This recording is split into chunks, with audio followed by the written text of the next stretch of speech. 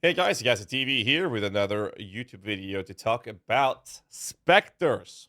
Now, we have confirmed that we're getting specters. Now, there is one little detail I want to point out, and that is we don't have patch notes. And we don't see the skill gem info either. All we know is what we're getting and the estimated spirit cost. That's about it.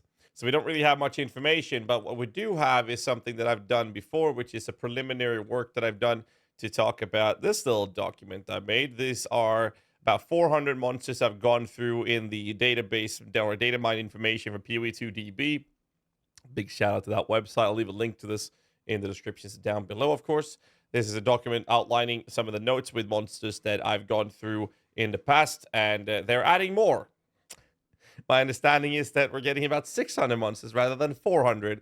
And Jonathan has also said that you could basically specter or bind specter on almost any enemy in almost any enemy. Jeez, that was hard to say. And there was a leak footage, or not a leak, but it was a bug. Let me show you. This was from a Reddit post a week ago where a PlayStation 5 player was able to get the prompt to bind the spirit on Yamandra the Risen King, which is an actual endgame boss, or end act boss, rather.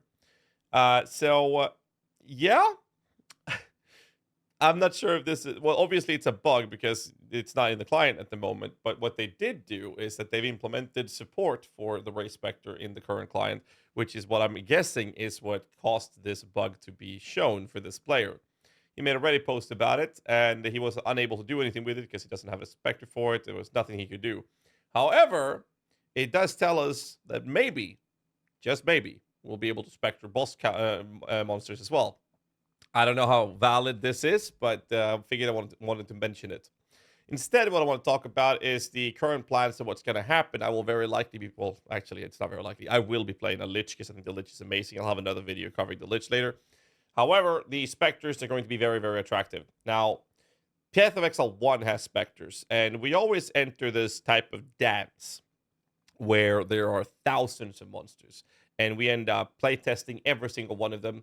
And in PoE 1, what I used to do there is we went through the PoE 2 DB, or PoE 1 DB, that is, and went through every single one of these monsters, and we deciphered the information provided. I'll show you a couple of examples in this video so you guys can see kind of like the deal of what we go through to go through this information. And then we determined a list of which monsters would be feasible to be play tested as specters. Now, I made the mistake in PoE 1 and only playtested the ones that theoretically looked good based on this information. The reason that was a mistake was because the meta Spectre build to play in Path of Exile 1 that was meta for over a year was actually caused by a bug. Then I'm referring to, for some people know about this, it's the Syndicate Operatives, in which they were bugged to the point where they were shotgunning even with extra projectiles. Those extra projectiles would then be for each individual extra projectile, and all of them would shotgun. Basically, we're doing 12 times more damage than you should be doing with those minions. And that was not something we would see in the information theoretically, and you would have to play test it. It was actually a Korean gamer that found this and posted a video about this, and that just shifted the entire Spectre meta. I will not be making the same mistake twice. So this is me on launch, quite literally. We even have a sub goal up right now on a Twitch stream that I'll actually be buying a Pokemon hat. We'll see if we reach that goal.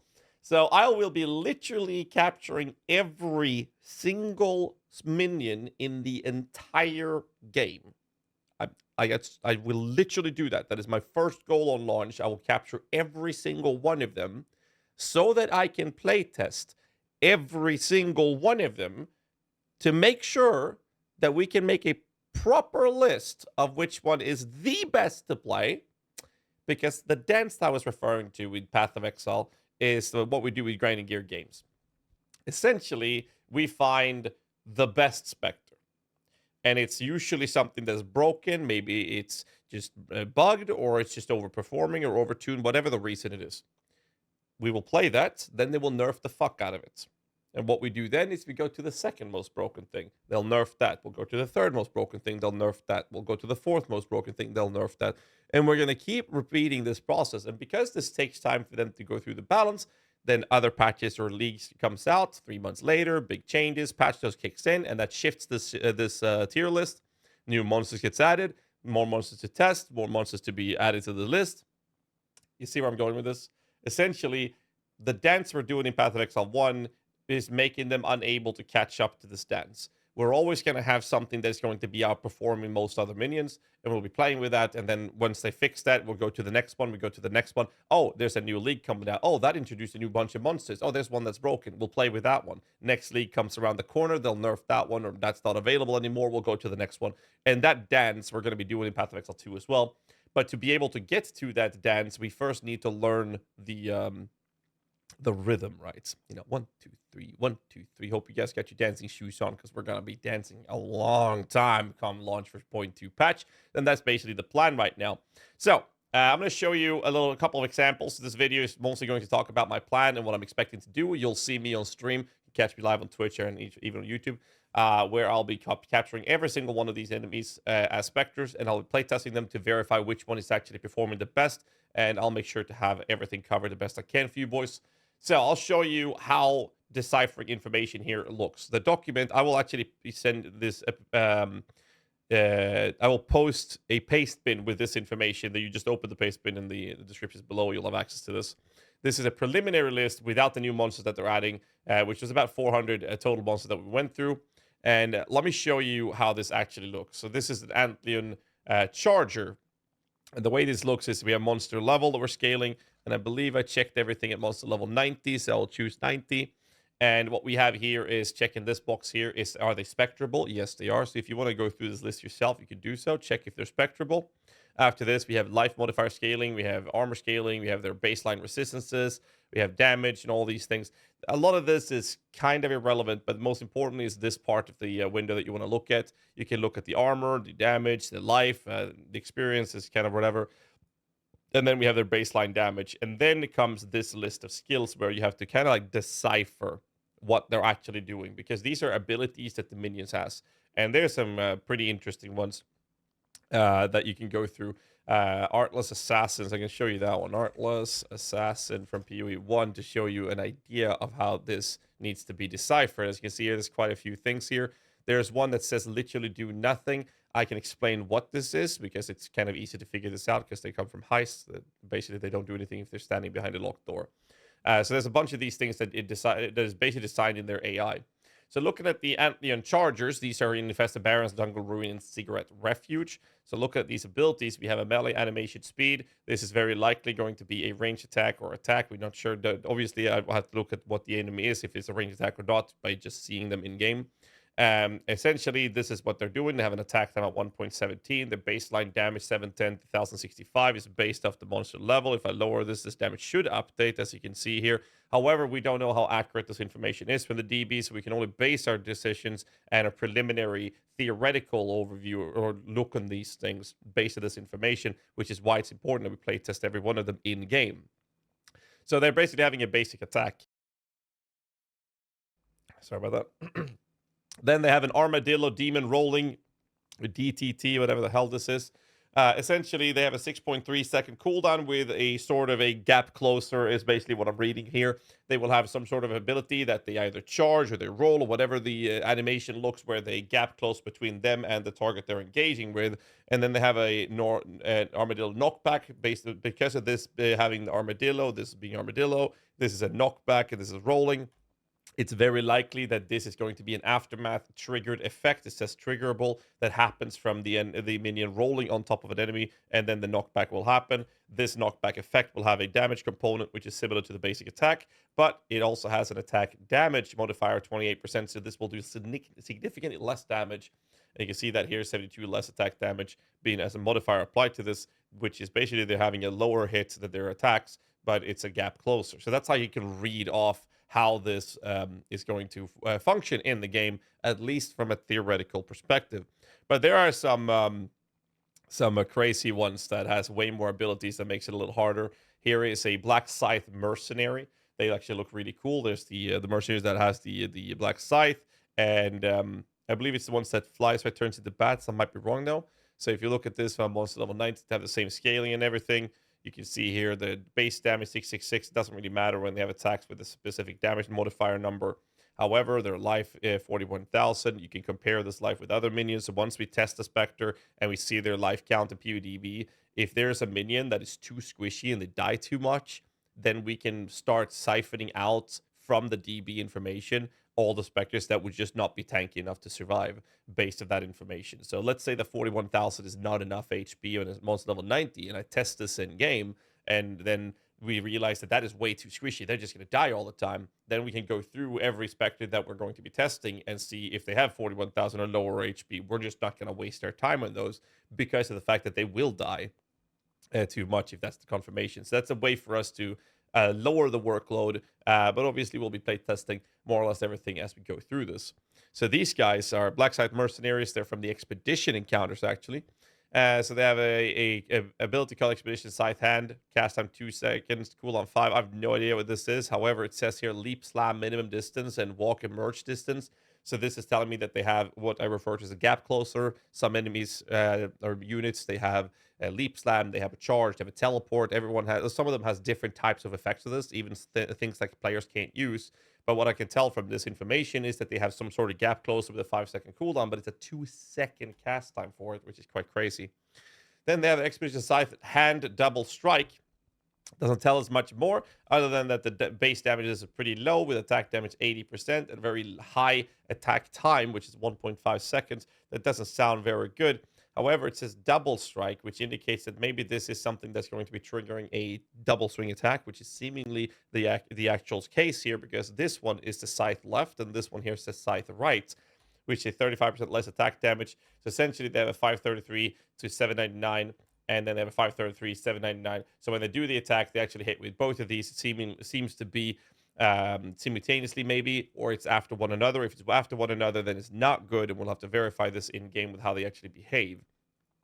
Then they have a side DTT. I have no idea what this is, other than it's saying area damage. This basically just tells me that these attacks will have a radius improvement compared to a regular cleaving attack, and that could be very likely very good for something like area coverage for clearing big packs of enemies.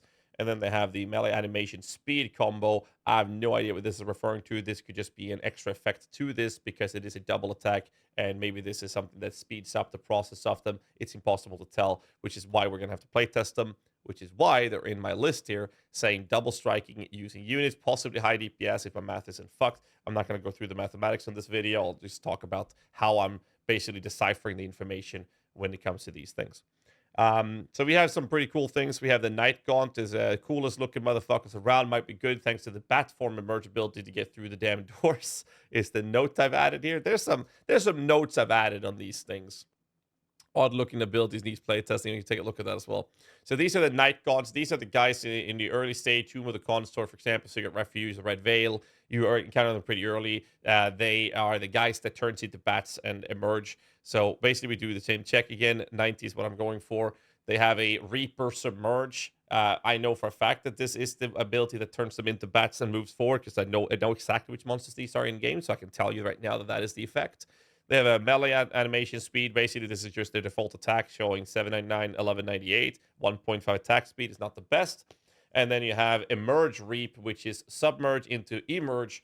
Essentially, when they come back out of the bat form, they're going to be doing this attack, and this is a 30% more damage, and it is guaranteeing a bleed effect, which you could be utilizing for other mechanics. You could maybe have one of these guys, and when they apply attack, when they emerge, they will then apply a bleed. Obviously, when they're in melee range, if you fight these monsters, you can tell that they never go into the bat form if they're in melee range of the target they're hitting, you in this case, which means that the bleed will only be the very first thing that happens on a target, and then they will never apply another bleed simply because, well, they're not going to consistently go into the submerge emerge repeated process.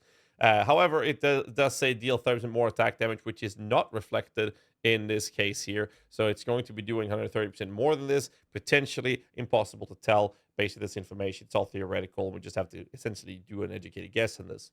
Another monster we have in the list was It That Stalks. My information here is odd looking abilities, needs playtesting. So we'd go back to 90. You can see these guys are 49,000 HP. I scroll down, and as you can see, they have a shitload of abilities all of a sudden. So It That Stalks is from the Twisted Domain. I believe these are the spiders, right? I might be wrong. From the breach stuff. So they have a Hellscape Stab Web. No idea how this is, which one of the abilities is which. We'll have to figure this out as we play. We also don't know if the Spectres in PoE 2 will have all of the abilities or only some of them. Jonathan has been saying that they're going to have Spectre or minion related, or Mark also confirmed this, Spectre specific scaling to these things to make them more balanced. They talked about that with the Tame Beast, for example. So we don't know if that's the case. Whereas in PoE 1, your minions basically gets all of the abilities, and sometimes that's good. In most cases, it's very bad. Normally, what you want your minions to do is consistently repeat one and the same attack. An example of this would be a Kitava Herald from PoE 1. Kitava Heralds are a really cool looking minion. They have some crazy, crazy scalings with some of the abilities. But you see here, here's a bunch of the abilities. Their Leap Slam has a modifier that adds 50% of Fist's extra fire, which is ridiculously good. You can multi-strike support this in PoE 1, for example. It's crazy, though it has a 5-second cooldown. The problem is they will never do this when they're in melee range. And since they never do this in melee range, you will only do it when they engage. But they also have this ability, which is insanely good if they keep staying at range from the enemies. They will shoot projectile mortars, and mortars collateral splash. That's what the Arsonist in PoE 2 is doing. The Frost Mages in PoE 2 is doing that as well, which is part of why they're so good. And on top of this guy does this with fist damage, which is ridiculously good. But it has a 3-second cooldown, long cast time, and sometimes they'll just leap slam right into the melee range of the enemies. And if they do that, they stop using this ability, and they don't use this anymore. Now they're just going to use cleave. And on top of leap slam, sometimes they skip leap slamming and they use a whirling blade as a gap closer instead. So because of the vast amount of different type of abilities this Spectre is using in PoE 1, they are a bad choice to run with. So in PoE 2, we'll have the same kind of perspective looking at these enemies that we want to use as Spectres. So if the unit we're using has a ton of abilities, it would only be good if they are consistently using the same ability. It's fine to have a melee attacking minion that does good damage and has another ability that might be a gap closer that they will consistently use to basically get their speed from not hitting a target to actually start hitting a target, right? So there's going to be a lot of those things that we have to take into consideration, and a lot of this will come from playtesting, which I'll be doing on the launch of Point 2. So as you can see, there's a lot of things that we can go through. I'm not going to go through the entire list and sit with this video for 4 hours. This actually took me a lot longer than that to go through, but I will leave a link in the description to this document, and there's going to be more monsters added with the Point 2 patch as well. So we're going to see how that's going to go. We have the cleanse monsters, we have the corrupted monsters, we have the argument based off the picture that we saw. Where is the picture? This one here. Maybe we'll have bosses. That means we have to play test those as well.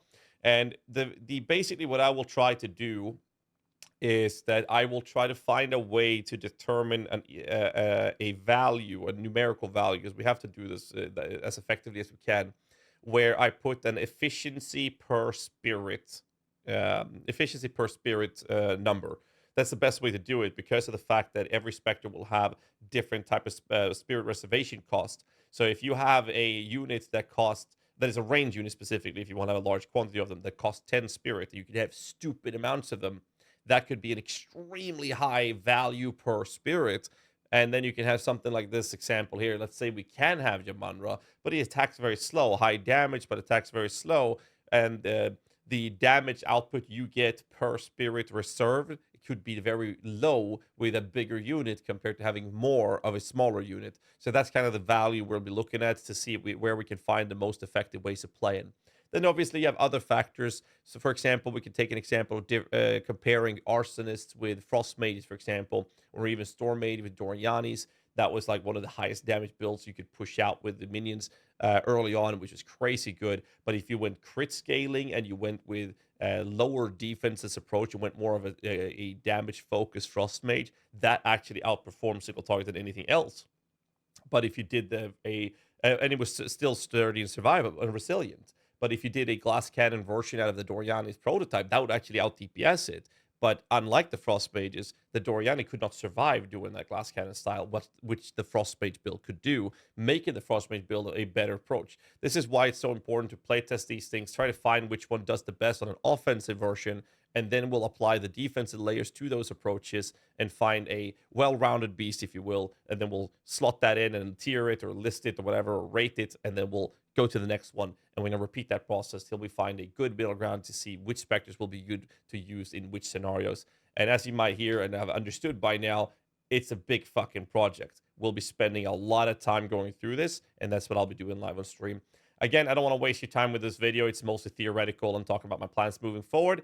I will say that you should tune into the Tavern Talk podcast live on DM's channel, be here on my YouTube channel as a VOD right after of a podcast, Tavern Talk with Jonathan and Mark, happening on the 31st of March, 1 p.m. PDT. Stay tuned for that one. And till then, I'm just going to ask you, like every other YouTube video on the planet, hit the like button, subscribe for more content, yada, yada. It actually helps the channel out a lot. Also, leave a comment. It helps the algorithm. And I'll see you guys in the next one.